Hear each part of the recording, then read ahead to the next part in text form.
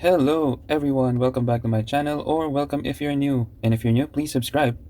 And on this video, I don't usually do this. I don't usually show the actual unboxing because it takes so much more time and I want to really focus more on the review. But since there is a red Savior Valkyrie, yes, Savior Valkyrie, we finally have it. Oh, by the way, I got this from Bay Market and Hobbies, so please check the link of their Shopee store in the description down below.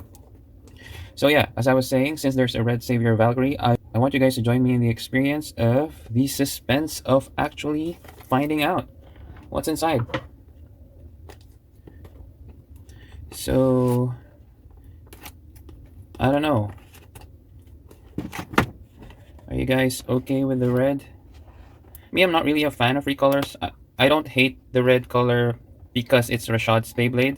Me, I'm just not really a fan of recolors. And even though this is a recolor, it is also a character Beyblade, so yeah, I'm okay with getting the red one. If it's not in the anime, I would consider it just a simple recolor and I wouldn't want it. But since it's a character's Beyblade, so here it goes. Did we get the red one? Oh, alright, we didn't get it. We have the blue version. So I'm going to skip this video and get back to you. I'm gonna put these stickers on this, so be right back.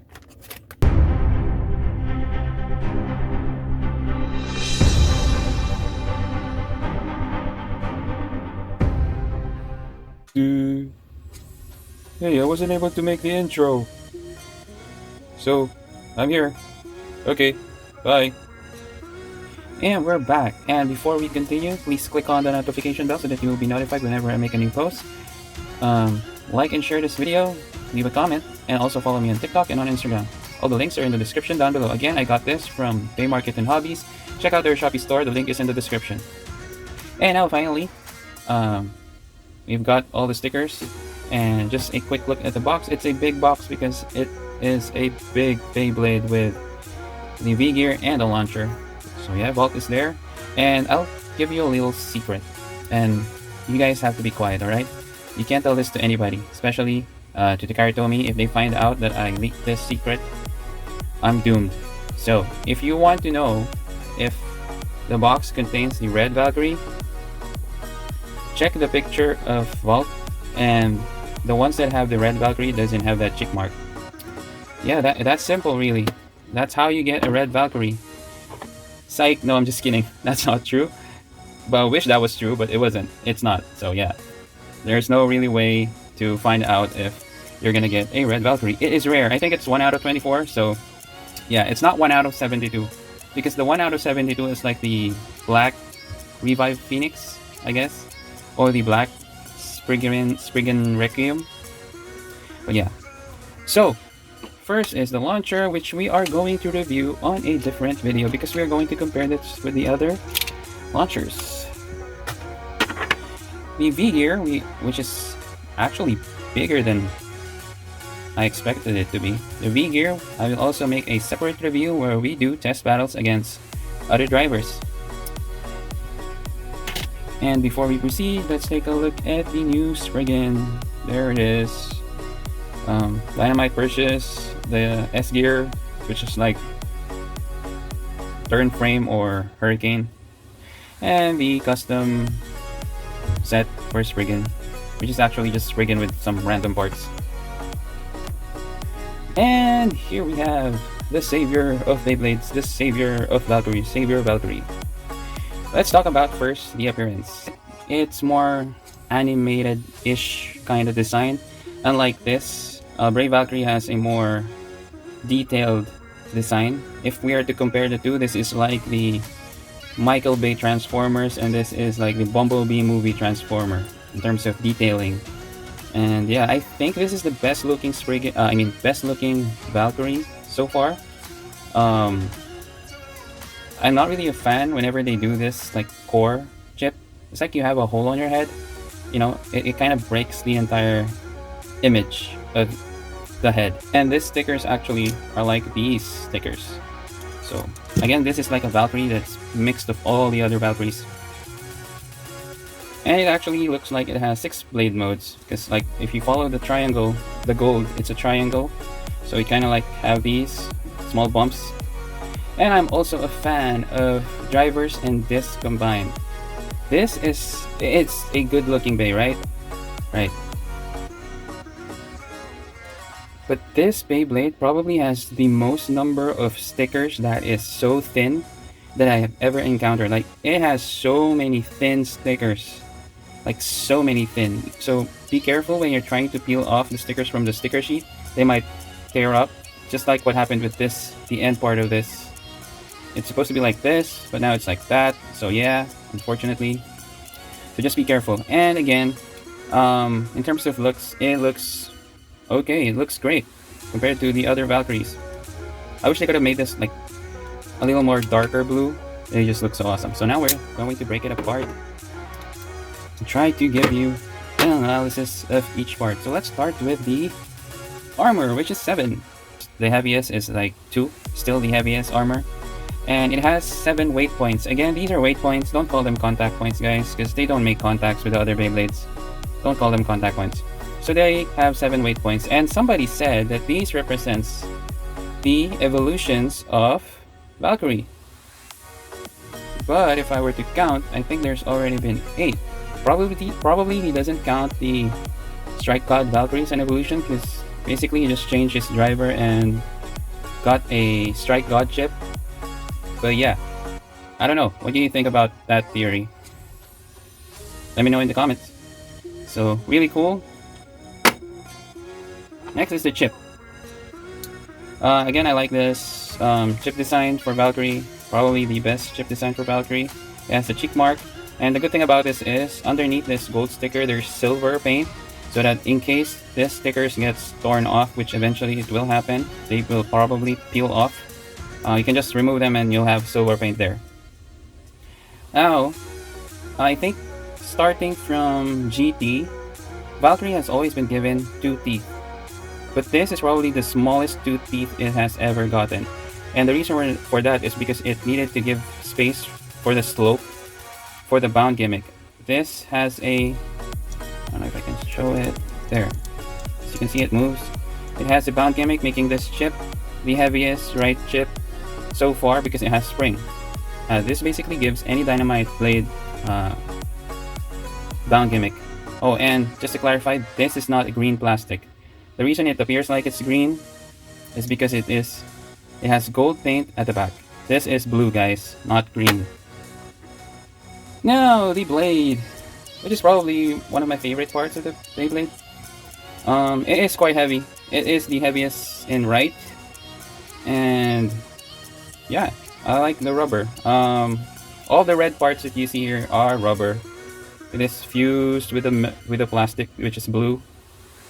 So pretty awesome. And it can be awakened, so this has to be removed so that you will have a stronger contact point. So far with this on, it kind of makes it more circular, and this part is being avoided. So yeah, even though it's like connected, like there you can see, very thinly, since the impact is from this side, it will be hard to awaken this naturally. I will not cut these, I will just wait for it to awaken naturally. So yeah, looks very good. And now finally the driver, the most controversial part of this Beyblade. This is heavy. It is heavier than IG Dash and Generate. Generate is 37 grams, IG is 39, this is around 42. Even though it's kinda shorter than IG. So yeah, and there you have stickers. Okay, so nobody talks about the contact points on this, but it's actually important. As you can see, this is like diamond shaped there.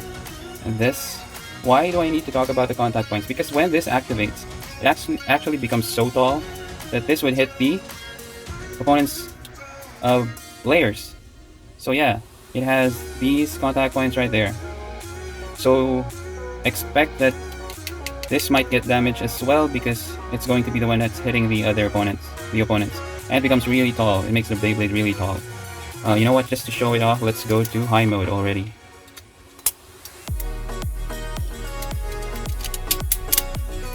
That is one tall Beyblade. So here's Brave Valkyrie. There, look at that. See? It is the disc and the gap is going to be hit, not the blade anymore. So if you want to awaken this, make sure that you use it on short mode, low mode. And that's how it looks like. So observe these two white parts, alright? I'm just gonna do this once because I don't want to activate it again. So observe it. This is how you push it. Again, when it activates, you're going to have this wide circular tip. So when you push it, see that? It moved. That locks in. And the only way to activate this is if you launch it really hard. If you don't launch it really hard, it's going to stay in the stamina tip. Even if you launch it hard, like the normal hard way that you do, it's going to stay in the stamina tip. That's why it is not true that this activates when it slows down. Guys, stop spreading that. It does not activate when it slows down. It's not like generate and it's not like reboot in that sense. How it activates is like this. When you launch it hard enough, I think that's why the launcher has the power here. It's because you actually need to launch this really hard. If you launch it hard, sometimes it doesn't activate. So you're gonna be left with a stamina tip, which is actually fine by me. Actually, that's an option. If you don't want the gimmick to activate, do not launch it super hard. Alright? If you want to activate it and you launch it really hard, these two locks will move. You will hear it when you launch it. I'll do another video where we test this out, but when you launch it, you'll hear a clicking sound. That's when you'll know it was activated. There is a pre-activation mode where it releases, alright, but the tip doesn't come out yet. You will have to wait for probably what causes it to come out is the hits or the vibrations on the stadium as it spins. But basically, the lock will be released and something in there is just holding this shaft from coming out just a tiny bit, that it will later on come out. It's not because it's slowing down, alright? It's because of the movement and vibration. It's not because it's slowing down, because sometimes when you launch this really hard, it activates right away. So how can it be because when it slows down? And there are times when you launch this, it hasn't really slowed down yet, and yet it activates. You'll observe it. If you have this, observe it. Again, I'll show it in a different video, but that's what I've observed so far.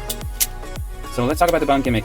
The bound gimmick for me is more defensive rather than attack. I'm just gonna use God Valkyrie and Strike God Valkyrie as reference. If you don't know, God Valkyrie has the rebound gimmick, has the bound gimmick, and when it got beaten, they put a Strike God chip on over it, which locked the bound gimmick, which made its attacks stronger. Because this being fixed actually hits harder. Since it moves, it's more of absorbing really the attack rather than inflicting it. See? So I believe that the bound gimmick makes the attack weaker. Now somebody's gonna tell me, no, it's gonna push the opponent Beyblade. That depends on the timing. Look. For example, Brave Valkyrie hits it, right? For example, Brave Valkyrie hits it. The moment it goes back, Brave Valkyrie will already be here. So it has to be perfectly timed that it gets hit and Brave Valkyrie is still here for it to be pushed back. So it's not that consistent and it's not that reliable, but it is definitely going to absorb most of the attack, right? And it's kind of like a reverse lock system where when it gets hit, the driver will move, right? The driver will move, but instead of unlocking, this will move forward, bringing it back, or the disc itself will move back. So yeah. Another thing, look, when you unlock this, and when you lock it, you'll hear two clicks, because there's two teeth. 1, 2. But when you unlock it, since there's a bound gimmick spring, sometimes those small teeth just unlock as 1. Listen. See? It sounds like it's 1. You have to be very careful if you want to just... There. That's 1 click. During battles, because of the bound gimmick, that will definitely unlock just as if it has only 1 teeth. But the bound gimmick will help it, retract. And this is the threshold for the bound gimmick.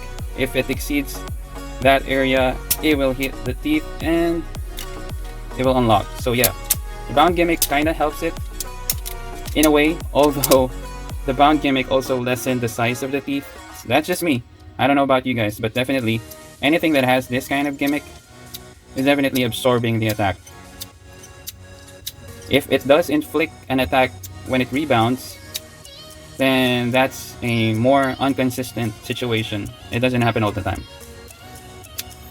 So yeah, that's it for this video. Watch out for battle videos of this, custom combos of this, and the review of the launcher and the V-Gear as well. So thank you for watching. Bye.